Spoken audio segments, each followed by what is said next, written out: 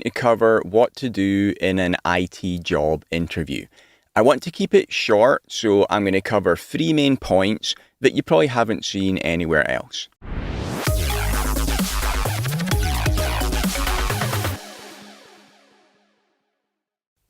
Okay, my first big tip is to take as many interviews as you can. Practice makes perfect. So apply for every job that you think could possibly be suitable and take every interview that you get offered. If you remember your first interview, you've probably done one already. Your first interview, you would have been terrified and probably not made a very good impression. Because when you go into that kind of environment and you're very nervous, people can see that and it doesn't give a good impression. So you want to take as many interviews as possible. Then you're going to get more and more confident and relaxed with each one. You already know what it's like. You already know the kind of questions that you're going to get asked. You know the kind of answers that go down well, the ones that don't. And because you've done it many times before, you're going to be very relaxed and very confident. And this is exactly the type of impression that you want to create.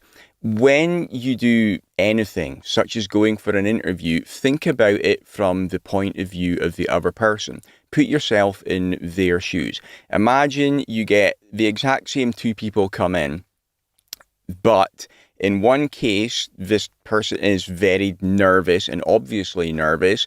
And then another case, the person is confident. Now, not arrogant, but they're confident. They're very relaxed being there. Of course, you're going to get the better impression from the person that is confident and relaxed. And the way that you get to be like that in an interview is by doing lots of interviews already.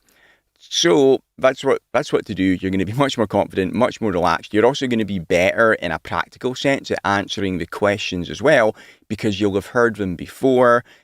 Often in interviews, you'll see interviewers ask the same questions over and over. The more times you answer that question, the better you're going to get it. Again, you're going to be creating a better impression by doing that. Now, you might think, well, wait, it's a bit unethical taking all these interviews if I know that I'm not actually going to take the job. But it's not really, because maybe you get there to the interview and maybe the job sounds great. Maybe it sounds like a perfect match for you and you do end up taking it. Or even if you don't take it, you're still going to meet people there and you're going to be building relationships when you do that. And maybe you give a good impression, maybe another better job at the same company comes up 6 months or a year down the line.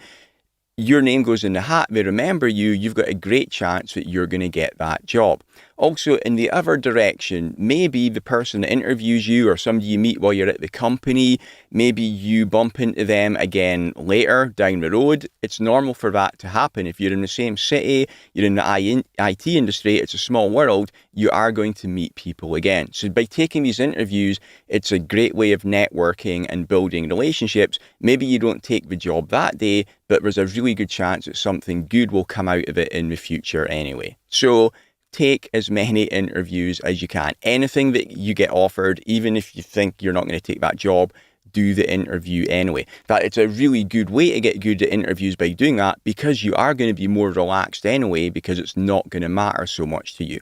The worst thing that you can do is turn down interviews for jobs that you think aren't perfect for you, waiting for that perfect interview. That is a terrible idea, because when you do go in for that perfect interview, it's going to matter too much to you and you've had no practice. You're going to be super nervous and you're going to create a bad impression.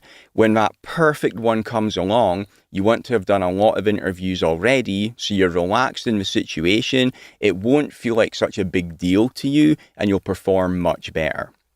Okay, so that was point number 1. Point number 2 is they already want you.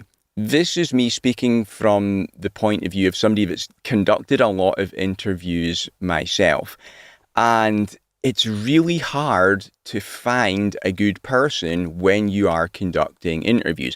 That might be surprising, but really, I've had positions to fill, and sometimes I've done 5 interviews in a day, and nobody has been right for the job.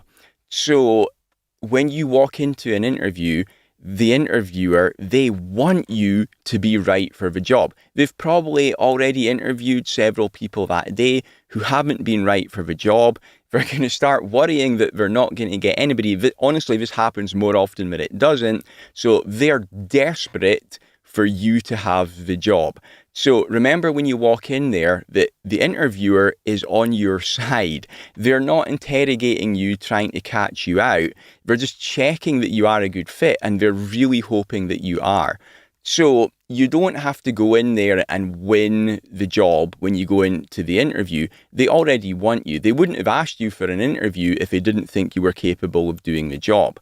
When you get an interview, they've already looked at your resume. They've decided that you're qualified to do the job. What they're doing is checking to see if you're the right fit to go into that team or not.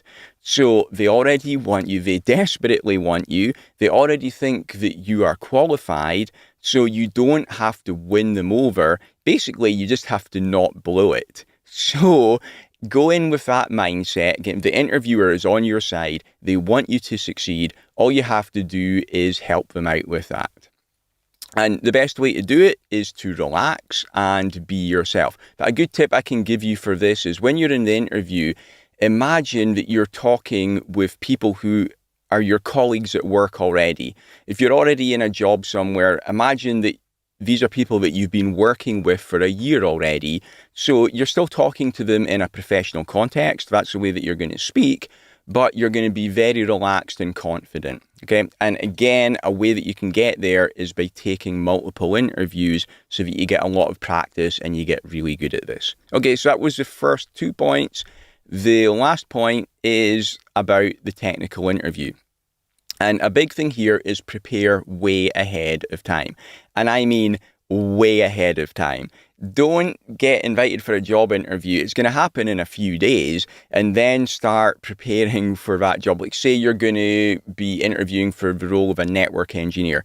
Well, you should know networking very well beforehand. 2 days, 3 days is not long enough to learn about networking. So let's say, for example, that you're working in help desk now and you want to move on to be a network engineer. Now, I'm not saying that there's anything wrong with working in help desk. I've known a lot of people that have worked in help desk for years and years, and they're still working there and they love it. The job suits them great. They work their 9 to 5 on help desk. They love the team. They love the place they work in. They love their job. It's great. They go home and they watch TV, and then they come back at 9 a.m. the next morning and they're really happy with everything. But because you're watching this video, I am assuming that you are hoping to get interviews and move into another job role. You're wanting to proceed with your career. Well, to do that, nobody's going to do it for you. So you're going to have to put the work in ahead of time. So if you are working, again, for example, on help desk, and you want to work, say, as a network engineer or in the virtualization team, then when you get home from work, don't watch TV, study, read the books, do the online courses, and learn this. And then that's what's going to get you ahead. The way that you get ahead is through work and through hustle. And if you show that, you're going to be way ahead of nearly everybody else. And that's how you can really go up the IT career ladder very quickly. So don't be preparing for the job you're interviewing for the 2 days that you know that you've got the interview. This should have been going on for months or for years, so that you're already qualified. You know the answers to the questions that they can ask you in this technical interview. Now, that said, it's normal that you will get questions wrong in the technical interview, or not get them wrong, but you're not going to know the answer. I've done, I guess, maybe somewhere between 100 and 200 interviews of people, technical interviews, and I have never, ever seen anybody that has known the answer to every question. That is not going to happen. So don't worry about that. It's a normal thing. When you do know the answer to the question, give the right answer. When you don't know the answer, don't panic. It's normal. This is going to happen. Again, like I said on the last point, imagine that you're with colleagues that you've been working with for a year already. So imagine you're at work and the person at the desk next to you asks you a technical question and you don't know the answer, what would you tell them? Well, of course, you wouldn't just make up an answer, right? That would be ridiculous. Don't do that in the job interview either. The person that's asking you the question knows the answer, and if you make something up, that's going to create a very bad impression. So what to do is, when you don't know the answer, just tell them, I don't know. But don't leave it at that, obviously. So, for example, if I was in an interview and somebody asked me for a Windows operating system, how often does it renew its DHCP lease? Okay, honestly, and I just came up with that now, I don't know the answer off the top of my head. I know about DHCP, I know what it does, I know how it works, but something as specific as that, I would have to go and look it up to actually check. So if I was asked that question in a technical interview, the answer I would give would be, I'm not sure about that, but I know about DHCP. I've worked on DHCP servers before. If I did need to know that in my job, then I would look it up on Google. I would check exactly what it is. I don't want to just take a guess at it. That's a perfectly reasonable answer. That's the kind of thing you would do with a colleague that's been working with you for a year already. You would say, I'm not sure. I'll look it up on Google and get the answer for you. Okay. When you do that in interview, it's normal. There's nothing wrong with that, okay? If you don't know the answer to any of the questions, that's a problem. But I mean, even if it's normal that you will get multiple questions that you don't know the answer to in the technical interview.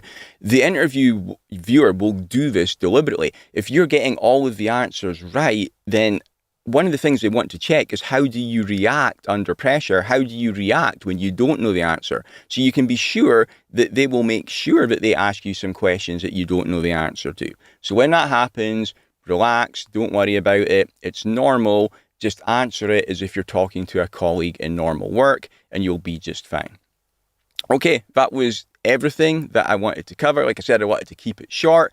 If you've got any questions on any of this, then put them in the comments below and I'll get back to you. If you do want to learn more technical skills to boost your career, have a look at my Flatbox blog. I've got a load of free courses on there for you, and please give me a subscribe. Thanks.